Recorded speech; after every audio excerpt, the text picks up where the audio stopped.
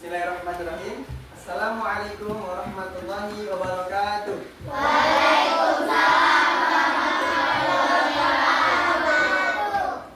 Selamat pagi. Pagi, Pak. Semangat pagi. Pagi, luar biasa. Baik, agar mendapatkan berkah daripada Allah, mari kita mulai dengan membaca doa. Silakan siapkan ketua kelasnya. Dede.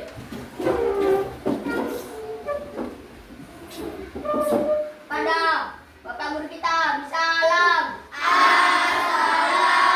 Assalamualaikum warahmatullahi wabarakatuh. Waalaikumsalam warahmatullahi wabarakatuh.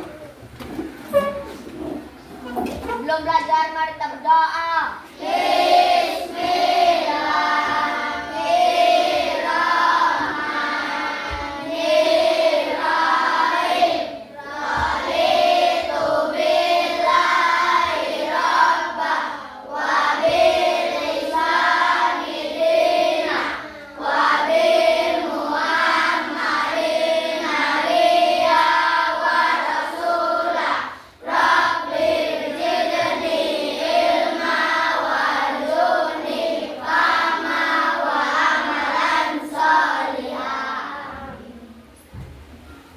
Baik, anak-anak Abi semua, gimana kabarnya semua, nak? Baik. Baik. Siapa aja yang hari ini tidak hadir? Ibnu, Layan, Rehan, Hafiz, Fatan, Melisa, Oke. Apa alasan mereka tidak hadir, nak? Apa alasan mereka tidak hadir? Sakit ya?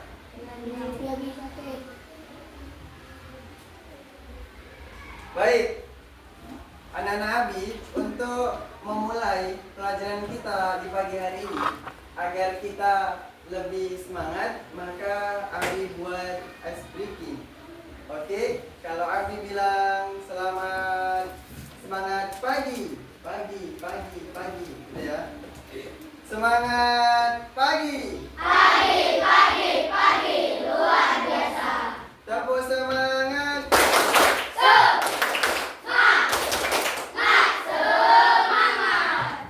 Kelas 6. Kelas 6. Siap. Kelas 6. Siap. Kelas 6. Siap. Kelas 6 hari ini apa kabar? Baik. Siapkah kalian untuk belajar? Siap. Semangat semuanya, dengar dengan seksama. Kelas 6 hari ini semuanya Cerdas. Abi Umi hari ini apa kabar? baik. Siapa membimbing kami semua? Siap. Kami siap belajar dengan sesama. Kami hebat, kami cerdas, kami berakhlak. Oke, tepuk tangan kita semua. Baik, anak-anak Abi yang dirahmati Allah, semoga dengan berdoa yang kita tadi, dengan semangat yang Abi buat, bisa lebih fokus dalam belajar. Baik, anak-anak Abi semua, kita kembali dulu di pembelajaran minggu kemarin. Apa yang kita pelajari minggu kemarin, ya? Surah apa? Surah Oke, untuk mengulangi pelajaran yang kemarin, akan Abi tanya beberapa pertanyaan. Yang pertama, surah Ad-Duha merupakan surah urutan keberapa dalam Quran? 93. Berapa jumlah surah Ad-Duha? 11 ayat. Nah, surah Ad-Duha itu diturunkan di kota Mekah. Maka dinamai dengan surah Madinah. Nah, kalau diturunkan yang di kota Madinah, maka dinamakan sebagai surah Madaniyah. Paham tuh? Baik. Baik, hafal semua surahnya kan? Bisa kita coba? Ya, 1, 2, 3.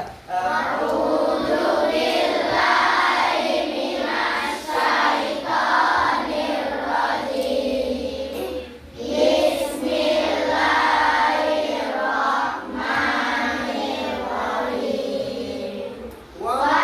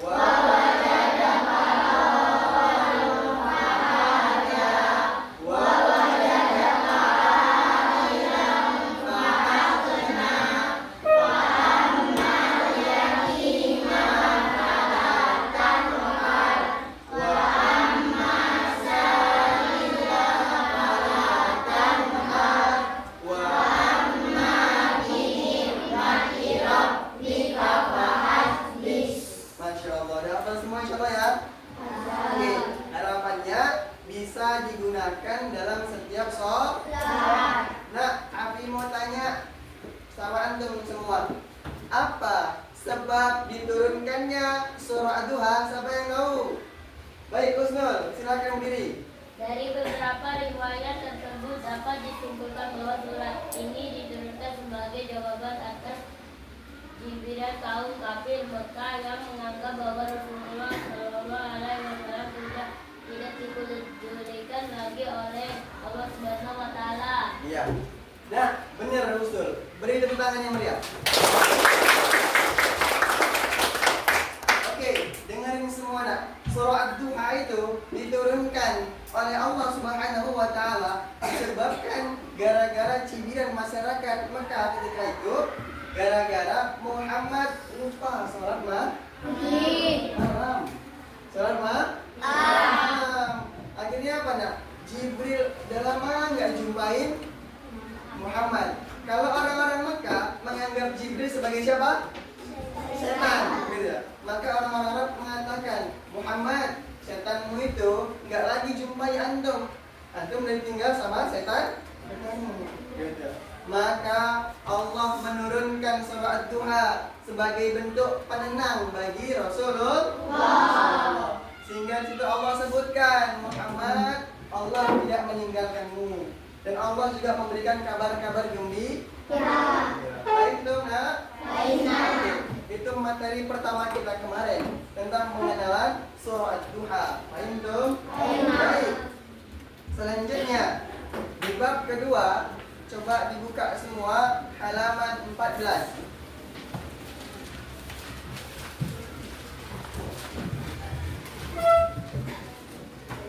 Baik, di halaman 14 kita akan membahas tentang Allah Maha Segalanya. Namun konsepnya di sini kita bahas tentang Asmaul Husna. Jadi tujuan pembelajaran kita tentang memahami konsep Asmaul Husna adalah yang pertama, agar kita mengenal Allah lebih dekat.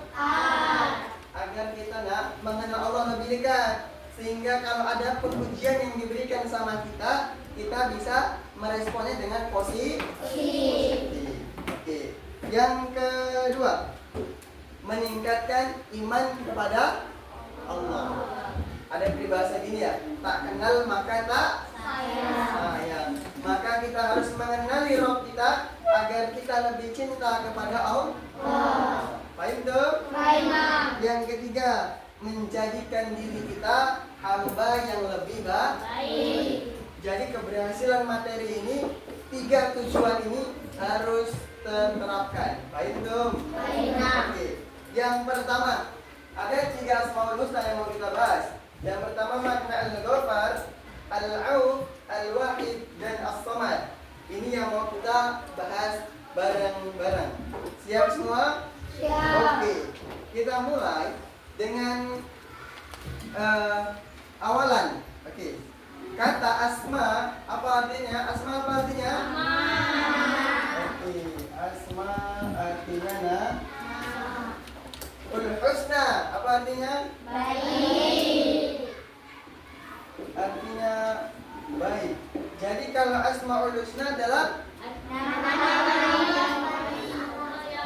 kalau digabungkan artinya Asmaul Husna adalah nama-nama Allah yang baik. Jadi Allah itu tidak memiliki nama yang buruk. Paham ya? Allah itu dalam setiap namanya semua bagus-bagus dan baik-baik. Maka kita harus berhusnuzon dalam setiap hal apapun yang diberikan kepada kita semua, itu adalah kebaikan. Contoh, anak Abi jalan, tiba-tiba kesandung batu. Kira-kira yang disalahin siapa? Batunya atau Allahnya? Atau antumnya? Ya, diri sendiri. Gara-gara tidak hati-hati, tidak melihat jalan. Gitu. Kalau Allahnya itu sebagai teguran, Allah itu baik sama antum. Ditegur antum biar antum fokus lagi dalam berjalan. Bisa jadi kalau tadi antum nggak kesandung batu, ke depan antum kesandung gantung ya. tabrak mobil mungkin. Paham ya? Maka Allah berikan itu agar antum bisa mengingat Allah. Jadi apapun kejadiannya setiap hari, tujuannya apa? Untuk mendekatkan diri kepada Allah. Baik. Asmaul Husna berjumlah berapa? 99 jumlahnya. Ya, jadi nama-nama Allah itu banyak banget. Ada 99 Asmaul Husna. Hafal semua? Hafal semua? Hafal. Jadi kita coba ya. Baik. Yang pertama, Allah itu sebagai apa?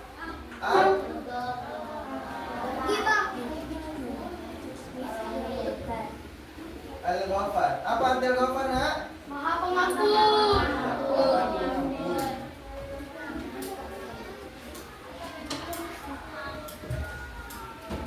Baik. Nah, Al-Ghafar itu dalam pembahasan ini Allah itu Maha Pengampun. Baik. Baca satu orang bukunya, Nak. Ya, kita jelasin bareng-bareng. Baca yang kuat Alanu. Baca Al-Ghafar. Allah Subhanahu wa taala memiliki Asmaul Husna yang artinya Allah Subhanahu wa taala Maha Pengampun. Asmaul Husna Al-Ghafar adalah panggilan sering disandingkan dengan Asmaul Husna Ar-Rahim. Hal ini menunjukkan bahwa ampunan Allah Subhanahu wa taala merupakan bentuk kasih sayang Allah Subhanahu wa taala. Baik, dengerin, Nak. Al-Ghafar artinya Allah itu Maha Pengampun. Allah itu Maha Pengampun. Lebih istimewanya lagi, Nak, dalam Al-Qur'an surah Al-Hijr.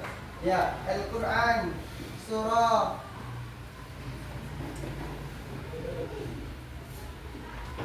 ayat ke-49. Di situ Allah jelaskan, Nak, dalam setiap ayatnya ketika Allah menjelaskan Allah itu Maha Pengampun, pasti dilengkapi disertai dengan Allah Maha Penyayang. Ya. Kalaupun nggak penyayang, Allah Maha Pengasih. Itu Allah sematkan dalam setiap ucapan Allah itu Maha Pengampun. Paham dong? Contoh, Allah berfirman, A'udzu billah Nabi ibadi anni anal ghafur rahim, kata Allah. Apa artinya? Kabarkan. Apa artinya? Baca kuat-kuat bareng-bareng.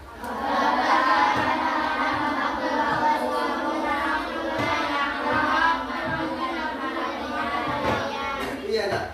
Allah mengabarkan bahwasanya, Nak, Allah itu katanya, Allah itu Maha Pengampun lagi Maha Penyayang. Setiap kalimat pengampun Allah sertakan penyayang. Kenapa, Nak? Karena kalau kita mau masuk surga cuman mengandalkan amalan kita, maka mustahil rasanya kita bisa masuk surga. Siapa yang tadi pagi sholat subuh? Silakan. Tuh kan? Cuma sedikit ya sholat subuh. Itu kita mau masuk surga. Maka, Nak, konsep Al-Ghafur ini, Allah Maha Pengampun, ini harus kita terapkan. Makanya kalau kita punya dosa, segera mengucapkan apa? Astagfirullah. Bareng-bareng. 1, 2, 3. Astagfirullah. Jadi setiap kita melakukan kesalahan, maka ucapkan istighfar. Jadi, Nak, Allah itu menyebutkan Maha Penyayang. Harapannya dosa kita diampuni gara-gara kasih sayangnya Allah. Karena kan kayaknya kalau kita menggunakan amal kita untuk masuk surga, mustahil ya. Subuh kesiangan, zuhur kecapean, asar ketiduran, maghrib kesorean, isya ketiduran lagi, kan ya? Maka mustahil kita bisa masuk surga lewat amal kita. Dengerin, Nak. Abi punya cerita bahwasanya ada ahli ibadah pada masa tabi'in, gitu ya. Dia ibadah terus di atas batu sampai batunya itu legok gara-gara dia sujud terus, Nak. Dia tuh ahli ibadah sampai legok batunya gara-gara sujud. Antum apa yang legok ini, Pak? Sajadahnya apa enggak? Nggak foya-foya, paling hitam aja kan? Gara-gara apa? Daki antum ya? Bukan karena ahli ibadah antum. Nah, itu ketika dihadapkan sama Allah, apa kalimat Allah? Masukkan dia gara-gara ampunan dan kasih sayangku, kata Allah. Nggak terima ahli ibadah ini. Lalu dia mengatakan, ya Allah, jangan masukkan saya ke surga gara-gara kasih sayang. Dan masukkan surga saya gara-gara apa kalimat Allah? Hitung amal dia. Ketika dihitung amal dia untuk nutupin dosa mata kiri tidak cukup. Maka harapan kita kita kelak nanti diampuni dosa kita gara-gara kita mengamalkan istighfar. Dan gara-gara Allah itu penyayang. Dengar, puncak kecintaan, puncak cinta itu kasih sayang. Terlebih kasih anak, gitu ya. Jadi kalau Allah itu kasihan sama kita itu berarti Allah cinta sama kita. Jadi harus kita terapkan. Paham dong? Paham. Oke. Baik. Silakan. Baik. Dengarkan. Kita buat yel-yel lagi ya. Tepuk semangat.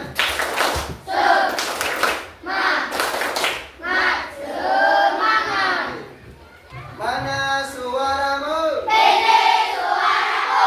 Mana semangatmu? Ini semangatku. Mana lagayamu? Ini lagayaku. Masya Allah, yang semangat ya. Baik, kita lanjut nak. Harapannya Al-Ghafar ini terpatri dalam diri kita. Jadi kalaupun kita berbuat salah, maka cepat-cepat minta ampun sama Allah. Apapun itu, paham ya? Mau dilihat sama orang ataupun nggak dilihat sama orang, harus cepat-cepat istighfar. Oke. Baik, lanjut. Kita akan meneladani makna Al-Ghafar. Baca Naila yang kuat. Al-Ghafar.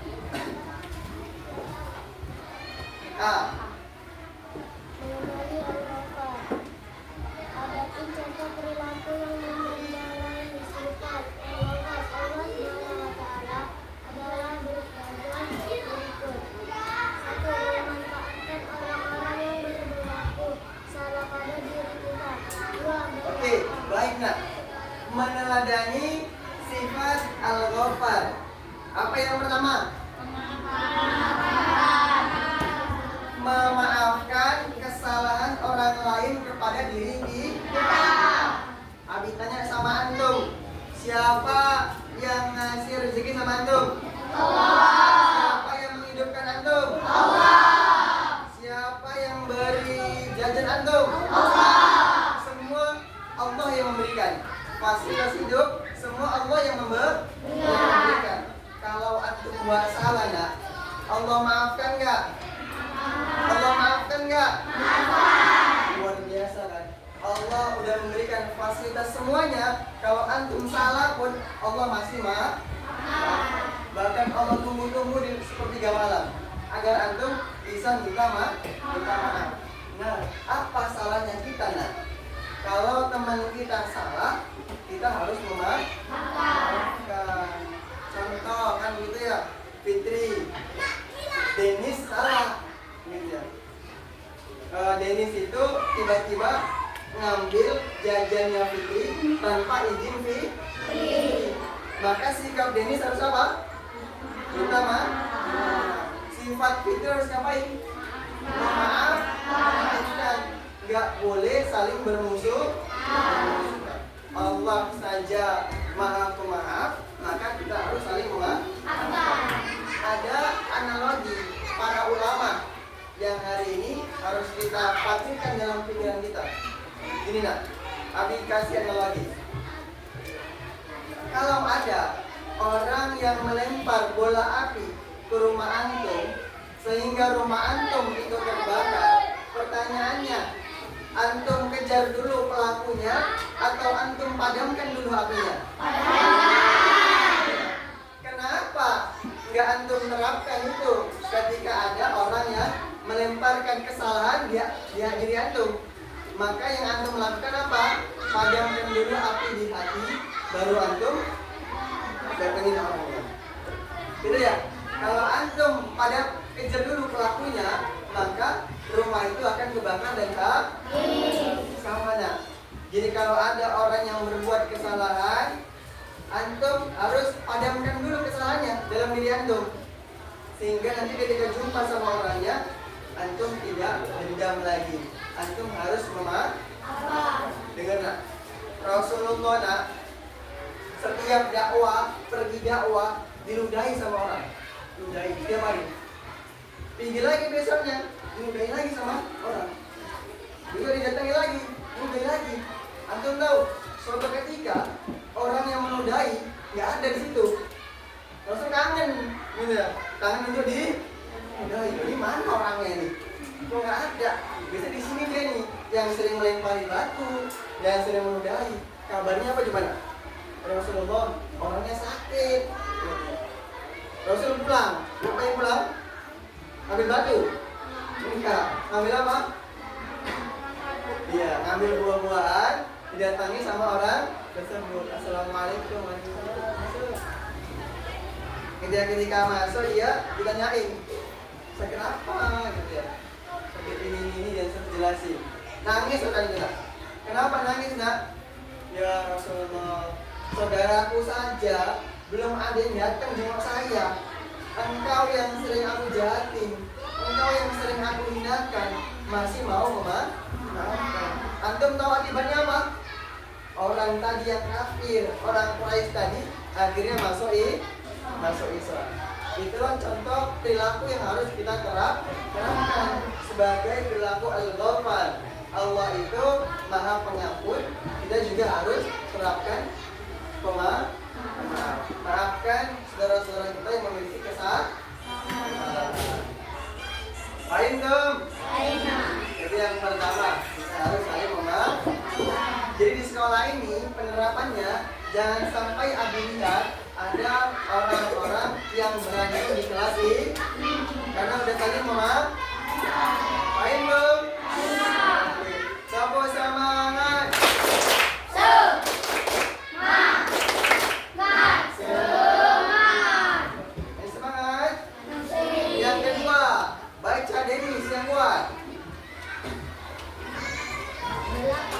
Ya. Melapang dada dan menerima baik dan buruknya seseorang. Iya. Setiap keburukan seseorang itu harus kita maafkan. Gak boleh kita caci maki, gak boleh kita ejek-ejek. Apapun itu keburukan teman-teman kita, apapun itu. Makanya ada konsep dilarang bullying, gitu ya. Apalagi dalam konsep fisik. Fisik kita ini nak, siapa yang nyiptain? Allah yang nyiptain. Kalau kita menghina fisik seseorang, otomatis kita menghina Allah. Maka gimana pun kekurangan saudara kita, maka harus kita maafi, sayangi. Nah, konsepnya ini yang harus terapkan sama Nabi, nggak boleh memberitahu kesalahan orang lain di depan umum. Ya, nggak boleh memberitahu kesalahan orang lain di depan umum. Paham tuh nak? Contoh, ada teman antum yang buang angin di sekitar antum, suara keras banget tuh ya. Gitu. Apa yang antum lakuin? Harus diam. Jangan bilang, oh baunya gitu ya, bau banget gitu. Gak usah. Harus antum diam dulu. Oke. Rasul contohkan ketika sahabat dalam taklim, dalam kajian gitu, ada yang buang angin. Tiba-tiba Rasul diam. Apa kalimat sahabat? Tengok aja nih. Siapa yang nanti sholat isya, dia ngambil wudhu, dia ngentut, dia buang angin. Rasulullah nggak mau itu ketahuan. Akhirnya mana? Diperintahkan Rasulullah semua harus memperbaiki wudhunya. Akhirnya apa? Semua berwudhu dan nggak ketahuan siapa pelakunya. Gitu ya. Jadi apapun aib teman-teman kita harus kita tutupi dengan baik. Kalaupun mau dinasihatin di belakang, Ya, bang. Jadi kenapa kok bisa buang angin? Iya, sakit perut, gitu ya. Dari malam habis makan sambil belajar nggak petik, gitu ya kan? Maka antum di belakang harus nasihatin, di depan antum diem nih. Paham tuh? Kalau antum nasihatin di depan, sama aja antum mempermalu. Oke, yang ketiga, baca azam.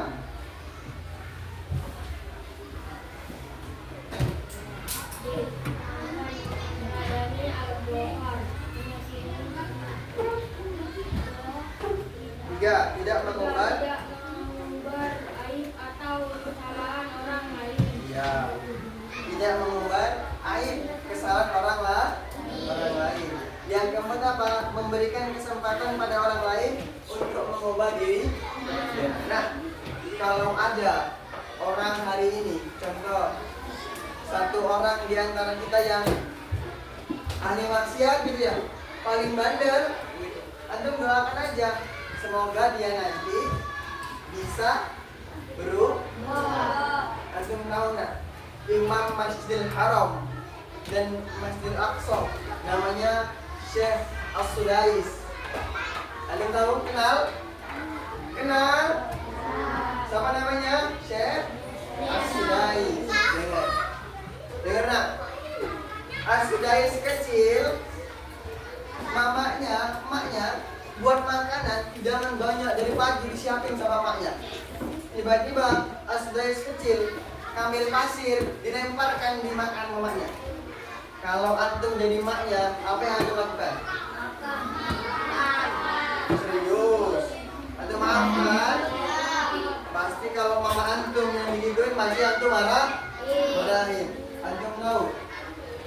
Ibunya As-Sudais kecil marah juga, tapi marahnya yang bermanfaat. Apa kalimatnya?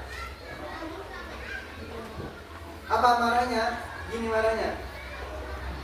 Ya Allah, saya doakan As-Sudais ini nanti akan menjadi imam Masjidil Haram dan Masjidil Aqsa.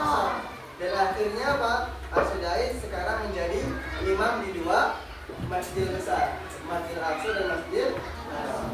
Baik ya, kesimpulannya nak, bahwasanya Asmaul Husna ini adalah konsep agar kita lebih yakin kepada Allah. Terlebih Al-Ghafar adalah agar Allah itu meyakinkan kita, Allah itu maha maaf.